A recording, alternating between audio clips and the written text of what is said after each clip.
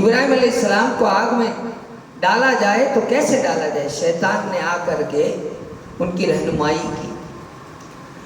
ایک منجنک جس کو ہمارے بچے جانتے ہیں گوپھڑ کے نام سے، گوپھڑ ہی بولتے ہیں نا اس کو، یہ جو اسے چکلے مارتے ہیں بناتے ہیں، اس کو گلول بولتے ہیں، کیا بولتے ہیں، ہے نا، گوپھڑ ہے گلول ہے، اس ٹائپ کا بڑا بنایا جس کو منجنک کہتے ہیں اردو میں. یہ تیار کیا اور ابراہیم علیہ السلام کو رسی سے جکڑ کر کے اس میں بٹھایا جائے. اس نے آ کر کہا کہ منجائے نہیں، کو کم کرو، وہ ایڑی ریتے وڈی مضبوط زبردست آئی ایڑی کمان بنایو અને અંજે અંદર એડી રીત જો આઈ